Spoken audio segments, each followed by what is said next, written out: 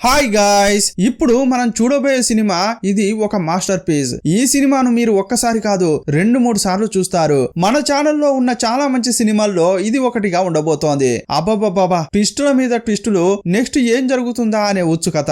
ఒక్క క్లూతో ఇంకో క్లూను కనిపెట్టి వెతుక్కుంటూ వెళ్తుంటారు. చివరకు అన్ని క్లూలు కలిపితే పెద్ద ట్విస్ట్ రివీల్ అవుతుంది. ట్విస్ట్ అంటే మాకు ఇష్టం, ట్విస్టులే కావాలి అనుకునే వారికి ఈ సినిమా ఒక పండగ. ఇది ఒక బెంగాలీ సినిమా. ఈ సినిమా పేరు అలీ నగరర్ గోలక్ దాదా. వన్ లైనర్ తో ఆ ట్విస్టులను రివీల్ చేయకుండా డైరెక్ట్ గా సినిమాలోకి వెళ్దాం. ఇక ఆలస్యం చేయకుండా సినిమాలోకి వెళ్దామా? అంతకంటే ముందు వెల్కమ్ టు కళ్ళ ముందు కదిలే చిత్రాలు. ఓపెన్ చేస్తే ఒక పాడుబడిన అంతఃపురాన్ని చూపించారు. వంశపారపర్యంగా వస్తున్న వెలకట్టలేని వస్తువులను వేలం వేస్తున్నారు. తాగడానికి డబ్బులు లేక వేలం వేస్తున్నాడు. పూర్వకాలపు వస్తువులను చాలా తక్కువ ధరకు అమ్ముతున్నాడు. అప్పుడు ఒక తల్వార్ను తీసుకొచ్చారు. దాన్ని కొనడానికి నాటకాలు వేసే వ్యక్తి వచ్చి చూశాడు, కానీ దాన్ని లేపలేకపోతున్నాడు. దీనితో నేనెలా పర్ఫార్మెన్స్ చేస్తానని అతడు వెనకడుగు వేస్తుంటే, దయచేసి దాన్ని కనీసం 100 రూపాయలకైనా కొనరా అని బతిమలాడుతున్నారు. అదే టైంలో అక్కడికి వచ్చిన ఒక ఆయన దాన్ని 1000కి కొంటా అంటాడు. వెంటనే తెచ్చి అతని చేతిలో పెట్టారు. ఈయన పేరే సోమనాథ్. అతడు చారిత్రక పరిశోధకుడు. ఆ తల్వార్ గొప్పదనం రాజ కుటుంబీకుడికి తెలియకపోవచ్చు, కానీ ఇతనికి బాగా తెలుసు. ఇతనికి సిటీలో ప్రాణస్నేహితుడు ఉంటాడు. అతని పేరు అశుతోష్. అతడు కూడా చారిత్రక పరిశోధకుడే. వెంటనే సోమనాథ్ అతనికి ఫోన్ చేసి ఒక విషయం చెప్పగానే అతని ముఖమే మారిపోయింది. ఇంకోవైపు ఆ సిటీలో ఎలక్ట్రిక్ డిపార్ట్మెంట్ వాళ్ళు ఈ రోజు పవర్ ఉండదని చెబుతున్నారు. సీన్ కట్ చేస్తే సోమనాథ్ ఇంటికి ఒక గుండోడు వచ్చాడు. ఈ సినిమా విలన్ ఇతడే. ఇతని పేరు మితాల్. ఇతడు స్మగ్లర్. దేశ సంపదను అమ్మి సొమ్ము చేసుకునే మోసగాడు. సోమనాథ్ చేతికి ఆ తల్వార్ వచ్చిందన్న విషయం తెలిసి, దాన్ని 1000 కొన్నావు కదా, నేను 1 కోటి ఇస్తాను, కానీ మర్యాదగా అది నాకు ఇవ్వు అని బెదిరించాడు. ఎన్ని కోట్లు ఇచ్చినా దాన్ని ఇవ్వను అని సోమనాథ్ చెప్పాడు. అప్పుడు గుండోడు దాన్ని ఎలా నా దగ్గరకు తెచ్చుకోవాలో బాగా తెలుసు అని వెళ్ళిపోయాడు. ఇంటి బయట జరుగుతున్న పూజలో అండర్ కవర్ పోలీసు ఈ గుండోడిని చూశాడు. సరైన సాక్ష్యాలతో అతన్ని పట్టుకోవాలని చాలా ఏళ్లుగా ఫాలో అవుతున్నాడు. ఇంకోవైపు సోమనాథ్ చాలా లెటర్లు రాశాడు. సీన్ కట్ చేస్తే అండర్ కవర్ ఆపరేషన్ చేస్తున్న పోలీసును గుండోడు కనిపెట్టి అతన్ని చంపుతుంటే అనుకోకుండా సోమనాథ్ చూశాడు. అతన్ని కూడా చంపాలని వెంబడిస్తుంటారు. అతడు పారిపోతుంటే రోడ్డుపై వచ్చిన ఒక కారు ఢీకొట్టింది. సోమనాథ్ అక్కడికక్కడే చనిపోయాడు. ఇదంతా 1990లో జరిగింది. సీన్ కట్ చేసి ప్రస్తుతం అని చూపించారు. టాక్సీలో హీరో వెళ్తున్నాడు. అతడు హిస్టరీని ఔపోసన పట్టాడు. బెంగాల్ లిటరేచర్ చదవడం కోసం కోల్కతా వచ్చాడు. సీన్ కట్ చేసి హీరోయిన్ ఇంటిని చూపించారు. ఆ ఇంట్లో పని మనిషి పేరు గోపాల్. చాలా ఏళ్ల తర్వాత చదువు ముగించుకుని హీరోయిన్ ఇంట్లోకి వస్తోంది. తన తండ్రిని కలిసింది. ఈ తండ్రి పేరు అశుతోష్. సినిమా స్టార్టింగ్ లో తల్వార్ దొరికిన తర్వాత సోమనాథ్ తన ఫ్రెండ్ కు కాల్ చేశాడే, ఆ ఫ్రెండే ఇతడు. హీరోకు సంబంధించిన ఫైల్ చూపించి, ఇతడు చాలా టాలెంటెడ్, మీరు అతనికి స్కాలర్షిప్ ఇవ్వాలని తండ్రిని ఆమె అడిగింది. అతన్ని రమ్మను, మాట్లాడదామని అతడంటాడు. అశుతోష్ కూడా చారిత్రక పరిశోధకుడే. ఆల్రెడీ అతడు ఒక హిస్టారికల్ బుక్ రాశాడు. అప్పుడే అక్కడికి ఒక డాక్యుమెంటరీ తీసే అమ్మాయి వచ్చింది. ఆమె అతని ఇంటిలోనే ఉండి ప్రాజెక్ట్ చేస్తోంది. సీన్ కట్ చేస్తే హీరోయిన్ ఇంటికి హీరో వచ్చాడు. స్కాలర్షిప్ ఇవ్వడానికి అతనికి అర్హత ఉందా లేదా అని తెలుసుకోవడానికి అశుతోష్ కొన్ని ప్రశ్నలు అడిగాడు. కుతుం పంచా దగ్గర ఎన్ని క్షవరాలు ఉన్నాయి అని అడిగితే వెంటనే హీరో 51 అని చెప్పాడు. కుతుం పంచా అనే అతడు ఏం చేసేవాడంటే, పూర్వం బ్రాహ్మణులు తలకు పోనీ టెయిల్ లా పెంచుకునేవారు. ఆ బ్రాహ్మణులు ఏవైనా మోసాలు చేస్తే వారు జుట్టును కట్ చేసి వాటిపై ఏం తప్పులు చేశారు అని రాసి వాటిని భద్రంగా దాచేవాడు. అలాంటివి అతని దగ్గర 51 ఉన్నాయని చాలా ఈజీగా హీరో చెప్పాడు. అప్పుడు వెంటనే అతడు, శబాష్, ఈ స్కాలర్షిప్ తీసుకోవడానికి నీకు అర్హత ఉందని అశుతోష్ పొగిడాడు. తన ఇంట్లోనే ఉండమని కూడా చెప్పాడు. మరుసటి రోజు హీరోని చూసిన అశుతోష్ తను రాసిన బుక్ చూపించాడు. ఆ తర్వాత ఏం చెప్పాడంటే, సోమనాథ్ అనే తన ఫ్రెండ్ చనిపోయే ముందు తన కోసం ఒక నిధిని దాచాడని, కానీ దాన్ని దక్కించుకోవాలంటే ఒక చిక్కు ప్రశ్న విప్పాలని లెటర్ రాశాడు. అందులో క్లూ కూడా ఉంది, కానీ దాన్ని నేను కనిపెట్టలేకపోయానంటూ హీరోకు ఆ లెటర్ ఇచ్చాడు. అది తీసి హీరో చదివాడు. అందులో ఏముందంటే, నీ భార్య ఈ ప్లేస్ లో డ్రెస్ మార్చుకుంటుందని రాసి ఉంది. నా భార్య బెడ్రూమ్ లోనే డ్రెస్ మార్చుకుంటుంది, కానీ చిక్కు ప్రశ్నను అర్థం చేసుకోలేకపోతున్నా అని అశుతోష్ అంటాడు. ఇక రెండో దాంట్లో కుతుం పాంచా దగ్గర ఎన్ని క్షవరాలున్నాయని రాసి ఉంది. అదే ప్రశ్నను ఇంతకు ముందు హీరోని అడిగాడు. ఇక వీటిని డీకోడ్ చేయడానికి అతడు చాలా ఆలోచించాడు. ఎంత ప్రయత్నించినా అతనికి ఏమీ అర్థం కావట్లేదు. మరుసటి రోజు ఒక గుడి దగ్గరకు వెళ్ళాడు. అక్కడున్న పూజారి పురాణాల గురించి చెబుతున్నాడు. సడన్ గా అతడు హీరో వెతుకుతున్న ప్రశ్నకు సమాధానం చెబుతున్నాడు. శివుడి భార్య అయిన దుర్గాదేవి ఈ కొలనులో స్నానం చేసి శివకృష్ణధామ్ అనే ఆయన ఇంటికి వెళ్లి దుస్తులు మార్చుకునేదట. ఈ మాట వినగానే హీరోకు బల్బు వెలిగింది. ఆ లెటర్ లో నీ భార్య అని సోమనాథ్ రాశాడంటే అశుతోష్ భార్య అని కాదు, దుర్గాదేవి గురించే రాశాడని హీరోకు అర్థమైంది. శివునికి ఇంకో పేరు అశుతోష్, అతని భార్య అంటే దుర్గాదేవి. వెంటనే హీరోయిన్ ను తీసుకుని శివకృష్ణధామ్ అనే ఏరియాకు వెళ్ళాడు. ఇక రెండో క్లూలో ఏముందంటే హుతుం పంచా దగ్గర ఎన్ని పోనీటైల్ అనే దానికి ఆన్సర్ 51. అందువల్ల ఆ ఏరియాలోని 51వ ఇంటికి వెళ్లారు. లోపలికి వెళ్తే ఒక ముసలాయన ఉన్నాడు. అతనికి కళ్ళు సరిగా కనిపించట్లేదు. క్లూ గురించి చెప్పగానే అతనికి మొత్తం అర్థమైపోయింది. సోమనాథ్ ఇతని స్టూడెంటే. అతడు చాలా తెలివైన వాడు. ఈ ప్రొఫెసర్ కు ముందే చెప్పాడట, నా కోసం ఒక రోజు ఎవరో ఒకరు వెతుక్కుంటూ వస్తారు, వారికి ఈ లెటర్ ఇవ్వమని చెప్పాడట. అతడు లెటర్ ఇవ్వగానే దాన్ని తీసుకుని చదివాడు. అందులో చూస్తే ఇంకో క్లూ ఉంది. ఒక నీలం కలర్ అద్దం తెల్లోడికి సరైన శిక్ష వేయించింది అని ఉంది. ఇంకో క్లూ ఏంటంటే ఒక మంచి ట్రాన్స్లేటర్ పుట్టినరోజు కనిపెడితే క్లూకు సంబంధించిన అర్థం తెలుస్తుందని రాసి ఉంది. వెంటనే హీరో లైబ్రరీకి వెళ్ళాడు. అతడు ఎంతో పరిశోధించాడు, కానీ ఆ నీలం రంగు అద్దం గురించి ఇతనికి ఏమీ తెలియలేదు. హీరోయిన్ తో కలిసి టాక్సీలో వెళ్లేటప్పుడు నీలం రంగు అద్దం, దీనికి వేరే పర్యాయ పదం ఏదైనా ఉంటే చెప్పు అని హీరోయిన్ అడిగాడు. అప్పుడు ఆమె చాలా పేర్లు చెప్పింది. అప్పుడే హీరోకు నీల్ దర్పణ్ గుర్తుకు వచ్చింది. నీల్ దర్పణ్ అనేది ఒక నాటకం యొక్క స్క్రీన్ ప్లే లాంటిది. దాన్ని బ్రిటిషర్స్ బ్యాన్ చేశారు. దాన్ని జేమ్స్ లాంగ్ అనే అతడు అనువాదం చేసి బ్రిటిషర్స్ కు చేర్చాడు. అందువల్ల అతనికి శిక్ష కూడా పడిందని హీరో గుర్తించాడు. కోల్కతాలో అతని పేరును ఒక వీధికి పెట్టారు. వెంటనే హీరోయిన్ తో నీల్ దర్పణ్ కు వెళ్ళాడు. ఇంకో క్లూ ఏంటంటే మంచి ట్రాన్స్లేటర్ పుట్టినరోజు కనిపెడితే మిమ్మల్ని ఆ చోటుకు తీసుకువెళ్తుంది అని ఉంది. ఆ అనువాదకుడు వేరెవరో కాదు, నీల్ దర్పణ్ ను ట్రాన్స్లేషన్ చేసిన వ్యక్తి మైకేల్ మధుసూదన్ దత్. అతని పుట్టినరోజు 24 జనవరి 1824. ఆ వీధిలోని 24/1 అనే ఇంటి నెంబర్ ను వీరు వెతుక్కుంటూ వెళ్లారు. అక్కడ చూస్తే ఒక స్వీట్ షాప్ ఉంది. అక్కడికి వెళ్లి సోమనాథ్ లెటర్స్ అని అంటుంటే ఆ షాప్ లో ఉన్న అతడికి ఒక విషయం గుర్తొచ్చింది. ఆ సోమనాథ్ మా నాన్న వాళ్ళ ఫ్రెండే. ఓహో అలాగా, సరే అయితే మీ నాన్నను పిలవండి అని హీరో అంటాడు. ఓ నాన్ననా అని ఫోటో చూపించాడు. చూస్తే అతని ఫోటోకు దండ వేసి ఉంది. మీ నాన్న మాకు ఇవ్వమని ఏదైనా లెటర్ రాసిచ్చాడా అని అడుగుతుంటాడు. అప్పుడు అతడేం చెప్తున్నాడంటే అలాంటి లెటర్స్ ఏమి ఇవ్వలేదే అంటాడు. కానీ ఒక విషయం మాత్రం చేసి చూపించమని అన్నాడు అని వెంటనే అతడు ఒక చోటుకు తీసుకెళ్లాడు. లేడీ కనే అనే ఒక స్వీట్ తీసుకెళ్లి గొయ్యి తీసి అక్కడ పాతి పెట్టాడు. ఎందుకు ఇది ఇలా చేశారు అని అంటుంటే మా నాన్న మీ ముందు ఇలా చేయమని చెప్పాడు, నేను చేశాను, ఇక అంతే తెలుసు అని అంటాడు.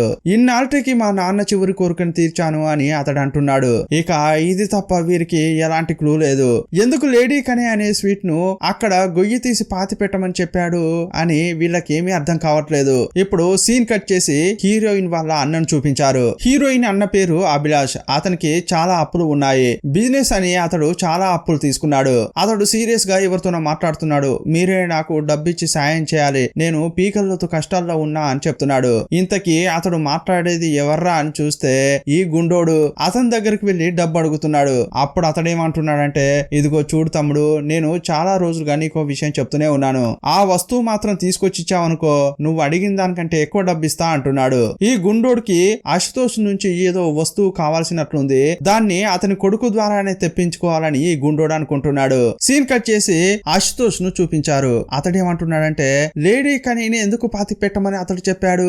అప్పుడు అతడేమంటున్నాడంటే ఆ స్వీట్ యొక్క ఫాదర్ ను కనిపెడితేనే మనం ఈ క్లూను ఛేదించొచ్చు అంటుంటాడు. అప్పుడు హీరోకు ఒకటి స్పార్క్ లాగా వెలిగింది. యాక్చువల్ గా అది లేడీ కనీ కాదు, లేడీ క్యానింగ్. అప్పుడు చారిత్రకంగా ఇందులో ఒక విషయం ఇన్వాల్వ్ కావడం హీరో చెప్తున్నాడు. లేడీ కనీ అని ఆ స్వీట్ ను పిలుస్తున్నారే, దానికి ఆ పేరు అసలు ఎలా వచ్చిందో తెలుసా అంటుంటాడు.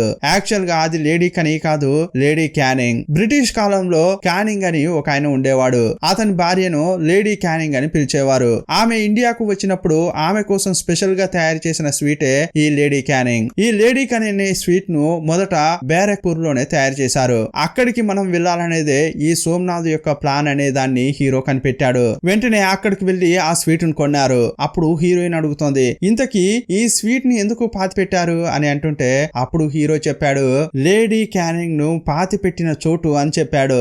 ఆ లొకేషన్ నే సోమనాథ్ మనకు క్లూగా ఇచ్చాడు అని చెప్పాడు. వెంటనే లేడీ క్యానింగ్ యొక్క సమాధి దగ్గరికి వెళ్లారు. అక్కడికి వెళ్లి ఈ స్వీట్ ని పెట్టి వాళ్ళు చూస్తున్నారు. అటు ఇటు చూస్తుంటే హీరోయిన్ ఏం జరుగుతోంది అని అడుగుతోంది.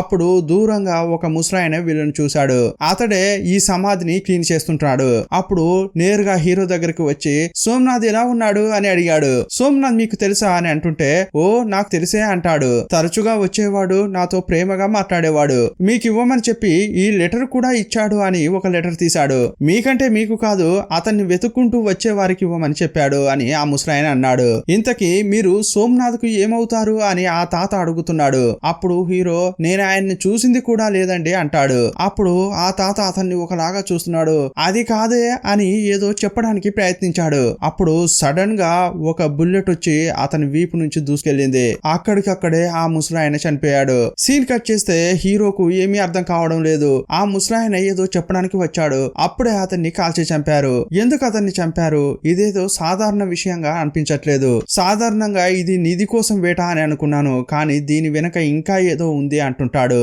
మొదట ఇక్కడి నుంచి వెళ్దామని ఇంటికొచ్చారు. హీరోయిన్ వాళ్ళ నాన్నకు అన్ని విషయాలు చెప్పాడు. అప్పుడు హీరో ఆయన అడుగుతున్నాడు ఈ క్లూస్ అన్ని నేను ఛేదించగలనని మీరు ఎలా అనుకున్నారు అని అడిగాడు. నేను నిన్ను చూడగానే నాకు అనిపించింది ఈ క్లూలను నువ్వు ఛేదించగలవని, నువ్వు మాత్రమే ఛేదించగలవని నాకు ఒక ఫీల్ కలిగింది అంటుంటాడు. సీన్ కట్ చేస్తే విలన్ ఒక జమీందారును కలిసి చాలా పురాతన వస్తువులు రాబోతున్నాయని వాటికి 35 కోట్ల రూపాయలని రేట్ మాట్లాడుకున్నాడు. అంతేకాదు దుర్గాదేవి యొక్క వజ్రపు ముక్కెర కూడా వస్తుందని చెప్పాడు.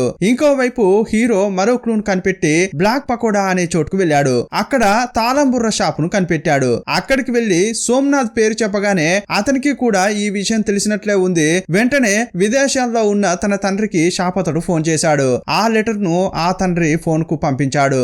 ఈ షాప్ లో సోమనాథ్ ఒక డిఫరెంట్ లాక్ ను కొన్నాడట. బ్రిటిషర్స్ కాలంలో గన్ పౌడర్ పెట్టి డిఫరెంట్ లాక్స్ తయారు చేసేవారట. ఎవరైనా తప్పుగా పాస్వర్డ్ వేస్తే వెంటనే ఆ లాక్ పేలిపోయి చోరీ కోసం వచ్చే వారి చేతులు ఛిద్రమవుతాయట.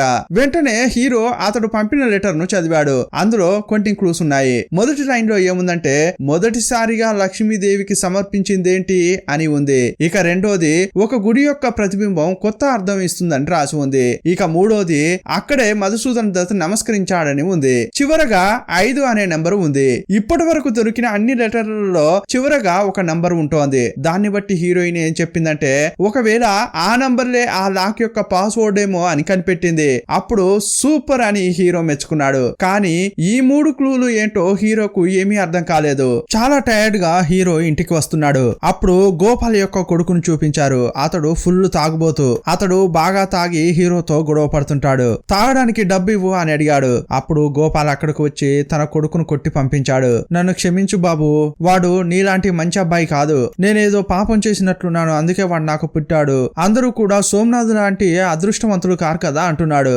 అప్పుడు హీరోకు ఒక సందేహం కలిగింది. ఇప్పుడు ఇతడేందుకు సోమనాథ్ పేరు చెప్పాడు అనుకుంటున్నాడు. సీన్ కట్ చేస్తే ఆశుతోష్ ఇంట్లో ఒక ఫెస్టివల్ లాగా జరుగుతోంది. దుర్గా లక్ష్మికి పూజ చేస్తున్నారు. ఒకవైపు హీరో ఇంకో క్లూను కనిపెట్టలేకపోతున్నానే అని చాలా బాధగా ఉన్నాడు. అప్పుడు తినడం కోసం కూర్చున్నాడు.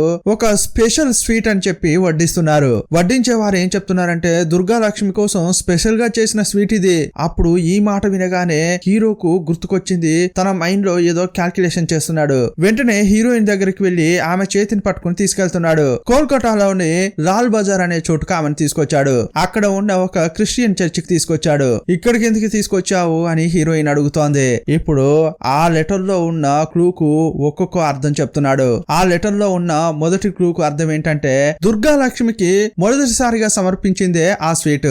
ఆ స్వీట్ ను ఒక ప్రత్యేకమైన బియ్యంతో తయారు చేస్తారు. ఆ బియ్యాన్ని అమ్మిన చోటే ఇప్పుడు మనం వచ్చిన చోటు అని చెప్పాడు.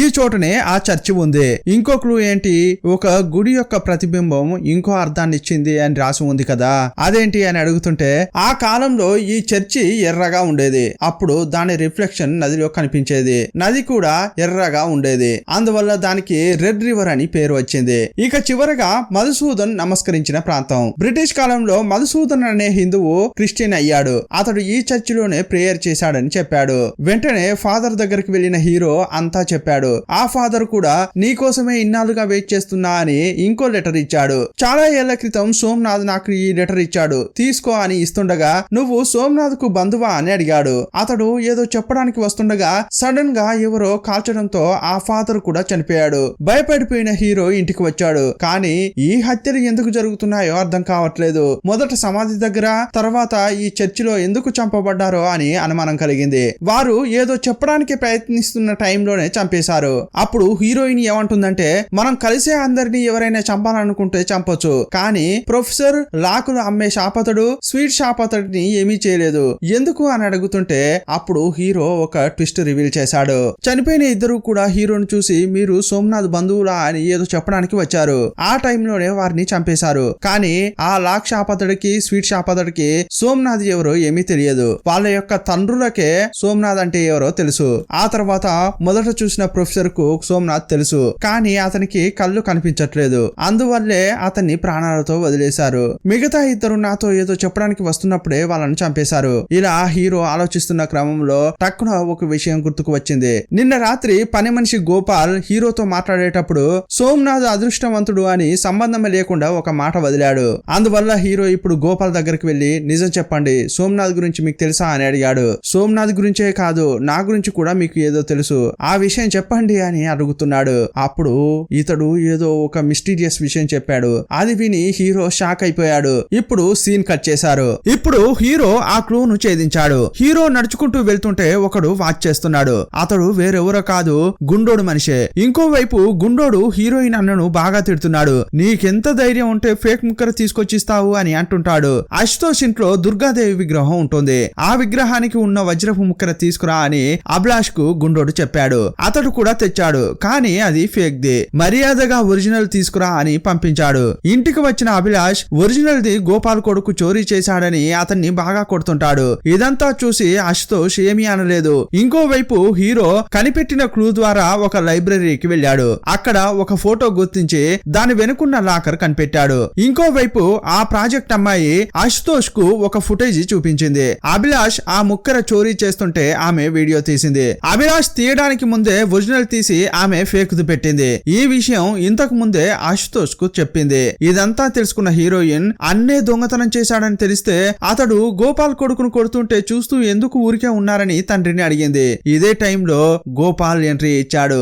ఎందుకు అలా చేశాడో నేను చెప్తా. తన కొడుకు దొంగ అని తెలిస్తే తనకే అవమానం కదా, అందుకే ఈజీగా ఆ నిందను నా కొడుకుపై వేశాడు. అతని స్వభావమే అంత, ద్రోహం చేయడం అతనికి అలవాటే కదా అని ఒక ట్విస్ట్ రివీల్ చేశాడు. కానీ అది ఇప్పుడు చూపించలేదు. ఇంకోవైపు హీరో జాగ్రత్తగా ఆ లాక్ లో పాస్వర్డ్ వేశాడు. అది ఓపెన్ చేసి చూస్తే లోపల ఒక మ్యాప్ ఉంది. ఆ మ్యాప్ చూపించిన చోటే దేశ సంపద అయిన ఆ తల్వార్ ఉంటుంది. హీరో మ్యాప్ చూస్తుండగా విలన్లు లైబ్రరీలోకి ఎంట్రీ ఇచ్చారు. లోపలికి వచ్చిన వాళ్ళు హీరో చేతిలో ఉన్న మ్యాప్ ను ఎత్తుకెళ్లారు. అది తీసుకెళ్లి మిఠాల్కి ఇచ్చారు. అది చూసిన తర్వాత ఇక వాడితో మనకు పని ఉంది, వాడిని చంపేయండి అని చెప్పాడు. సీన్ కట్ చేసి గోపాల్ ను చూపించారు. ఇప్పుడు అతను ఏం చెప్తున్నాడంటే, సోమనాథ్ యొక్క ప్రాణ స్నేహితుడు ఈ అశుతోష్ అని ఇన్నాళ్ళు అనుకున్నారు కదా, కానీ ఈ కథలో సగం విలని ఇతడే అని చెప్పాడు. యాక్చువల్ గా ఏం జరిగిందంటే, ఈ అశుతోష్ 26 ఏళ్ల క్రితం ఈ గుండోడి దగ్గర చాలా కోట్ల రూపాయల డబ్బు అప్పుగా తీసుకున్నాడు. ఆ గుండోడు వచ్చి ఇతని ఇంట్లో కూర్చున్నాడు. నువ్వు ఇంకా డబ్బులు ఇవ్వట్లేదు, డబ్బులు ఇవ్వడం కుదరకపోతే నీ ఇంట్లో దుర్గాలక్ష్మి ముక్కెర ఉంటుంది కదా, ఆ వజ్రపు ముక్కెరను అడిగాడు. కానీ ఇతడు అది మా వంశపారంపర్యంగా వస్తున్న ఆస్తి, దాన్ని ఇవ్వడం కుదరదని అశుతోష్ అంటాడు. వీళ్ళు మాట్లాడుకుంటున్న క్రమంలోనే సోమనాథ్ నుంచి కాల్ వచ్చింది. ఆ కత్తిని తను కొన్నట్లు, ఆ జాతీయ సంపదను ఎవరి చేతికి చిక్కకుండా దాన్ని దాయబోతున్నట్లు చెప్పాడు. అశుతోష్ తన బెస్ట్ ఫ్రెండ్ అని నమ్మి ఆ విషయం చెప్పాడు. అప్పుడు ఆ విషయం ఇతడొచ్చి ఈ గుండోడికి చెప్పాడు. ఆ తల్వార్ గాని నాకు దొరికిందంటే నువ్వు అడిగిన డబ్బు ఇచ్చేస్తాను, అందులో నీకు ఒక భాగం కూడా ఇస్తానని చెప్పాడు. సోమనాథ్ కత్తి కొన్నాడని తెలియగానే ఈ గుండోడు అక్కడికి వెళ్ళాడు కదా. యాక్చువల్ గా ఇతనికి ఈ అశుతోష్ చెప్పడం వల్లే విషయం తెలిసి అక్కడికి వెళ్ళాడు. కొంచెం డబ్బిచ్చి ఆ కత్తిని తీసుకెళ్దామని ట్రై చేశాడు. కానీ సోమనాథ్ కత్తి ఇవ్వలేదు. ఇక ఆ రోజు నుంచే సోమనాథ్ ఆ కత్తిని దాచిపెట్టి కొన్ని లెటర్లు రాసి తెలిసిన వారికల్లా ఆ లెటర్స్ పంపించాడు. అదంతా ముగించిన తర్వాత ఆ రోజు రాత్రి అతడు ఇంటికి వెళ్తుంటే ఈ మిఠల్ ఆ పోలీసుని చంపుతుంటే చూశాడు. అప్పుడు ఒక ట్విస్ట్ కూడా ఉంటుంది.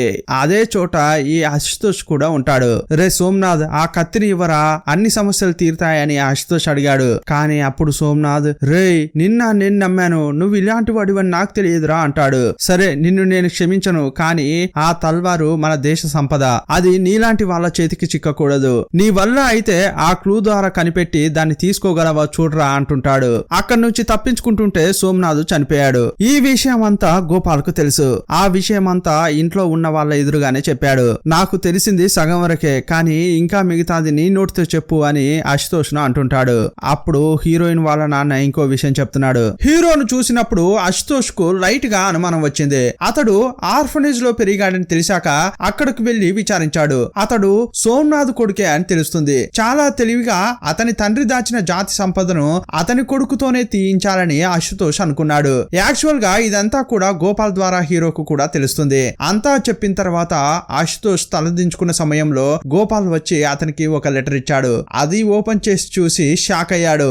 ఎందుకంటే ఇన్నాళ్ళుగా ఆకాశ రామన్న పంపినట్లు వస్తున్న లెటర్స్ ను పంపించింది వేరెవరో కాదు, గోపాలే. సీన్ కట్ చేసి లైబ్రరీలో హీరోను చూపించారు. విలన్ మనుషులను అతడు బాగా కొట్టాడు. అక్కడికి హీరోయిన్ వచ్చింది. హీరో మ్యాప్ ను చూశాడు కదా, అటువైపే ఇద్దరు వెళ్తున్నారు. విలన్ కంటే ముందే ఆ జాతి సంపదను తీసుకోవాలని వేగంగా వెళ్తున్నారు. అలీనగర్ ను కనిపెట్టిన అతన్ని పాతిపెట్టిన చోటు అని క్లూ ఉంటుంది. అప్పుడు హీరో అలీనగర్ గురించి హీరోయిన్ కు చెబుతున్నాడు. 17వ శతాబ్దం చివరిలో సిరాజుద్దౌలా అనే రాజు కోల్కతాను అటాక్ చేసి హస్తగతం చేసుకుంటాడు. కోల్కతా పేరును అలీనగర్ అని మార్చాడు. ఆ తర్వాత వచ్చిన బ్రిటిషర్స్ సంతలో సిల్క్ కాటన్ ను ఎక్స్పోర్ట్ చేస్తుండడం చూసి వారితో కలిశారు. ఈ క్రమంలో నవాబులను కలుపుకుని సిరాజుద్దౌలాను బ్రిటిషర్స్ చంపేశారు. అలీనగర్ అనే పేరు మార్చి మళ్ళీ కోల్కతా అని పెట్టారు. ఇప్పుడు వీరు వెతుకుతున్నది సిరాజుద్దౌలా యొక్క తల్వార్నే. అలీనగర్ ఏర్పాటు చేయబడిన చోటుకు వచ్చారు. వీరు రావడానికి ముందే విలన్ అక్కడికి వచ్చేశాడు. హీరోను చూడగానే విలన్ అనుచరులు కాల్పులు జరిపారు. హీరోకు గాయాలయ్యాయి. అతన్ని పట్టుకుని కూర్చోబెట్టారు. విలన్ ఒక చోట తవ్వి తల్వార్ను కనిపెట్టాడు. 27 ఏళ్లుగా ఎదురు చూస్తున్న తల్వార్ను చూడగానే గుండోడు సంతోషంలో ఎగిరి గంతులేశాడు. అప్పుడు హీరో ఏమంటున్నాడంటే, మా నాన్న చివరగా దానిపై ఒక నోట్ రాశాడు, దాన్ని ముట్టుకుంటే చస్తావని అంటుంటాడు. కానీ హీరో మాట పట్టించుకొని విలన్ మొదట తల్వార్ తీస్తాను, ఆ తర్వాత నిన్ను నీ లవర్ ను చంపుతా అంటాడు. ఇక పొగరుగా ఆ తల్వార్ ను తీస్తుంటాడు. దానిపై చేయి వేయగానే హై వోల్టేజ్ పాస్ అయి అక్కడ విలన్ చనిపోతాడు. ఇక్కడే సోమనాథ్ సూపర్ ట్విస్ట్ పెట్టాడు. అతడు అక్కడే ఎందుకు దాచిపెట్టాడంటే, ఈ చోటు నుంచే సిటీకి పవర్ పాస్ చేసే హై వోల్టేజ్ కేబుల్ ఉండడం ఆల్రెడీ సోమనాథ్ చూశాడు. అతని స్నేహితుడు విద్యుత్ డిపార్ట్మెంట్ లో పనిచేస్తుంటాడు. అతని సాయంతో సోమనాథ్ ఇదంతా చేశాడు. స్టార్టింగ్ లో ఒక చోట ఈ రోజు సిటీ అంతా కరెంట్ ఉండదని అధికారి కూడా చెప్తాడు కదా, ఇది రెడీ చేయడం కోసమే కరెంట్ కట్ చేశారు. ఇదే టైంలో విలన్ అనుచరులను ఎవరో కాల్చి చంపుతున్నారు. కాల్చేది ఎవర్రా అని చూస్తే ఆ డాక్యుమెంట్ అమ్మాయి వచ్చి షూట్ చేస్తోంది. ఇంతకీ ఈ అమ్మాయి ఎవరంటే, 27 సంవత్సరాల క్రితం అండర్ కవర్ కాప్ ను విలన్ చంపుతాడే, అతని కూతురే ఈమె కూడా ఒక అండర్ కవర్ కాప్. తన తండ్రిని చంపిన వాడిని కనిపెట్టడానికే ఈ మిషన్ లో దిగింది. సీన్ కట్ చేస్తే వీరంతా ఈ తల్వార్ ను భారత ప్రభుత్వానికి అందజేశారు. ఆ తర్వాత అశుతోష్ ను చూపించారు. యాక్చువల్ గా అతడు రాశాడని చెప్పుకుంటున్న బుక్ ను సోమనాథే రాశాడు. అందువల్ల ఆ బుక్ పై సోమనాథ్ పేరు మాత్రమే ఉంచారు. నేను చేసింది తప్పే అని అశుతోష్ ఒప్పుకుంటాడు. నేను చేసిన తప్పుకు నా కూతురును శిక్షించొద్దని చెప్పి జైలుకు వెళ్తాడు. ఇంతటితో ఈ సినిమాను ముగించారు. గాయ్స్, మీకు మంచి సినిమాలు ఎక్స్ప్లెయిన్ చేయాలని చాలా వెతుకుతుంటాం. మంచివి అనుకున్నవే ఎక్స్ప్లెయిన్ చేస్తుంటాం. ఈ క్రమంలో ఎంతో టైం వెచ్చించాలి, ఎంతో వర్క్ చేయాల్సి ఉంటుంది. అందువల్ల మా శ్రమను గుర్తించి తప్పకుండా సబ్స్క్రైబ్ చేసుకుని ఒక లైక్ ఇవ్వండి. మరో మంచి సినిమాలో మళ్ళీ కలుసుకుందాం. అప్పటి వరకు బాయ్ బాయ్.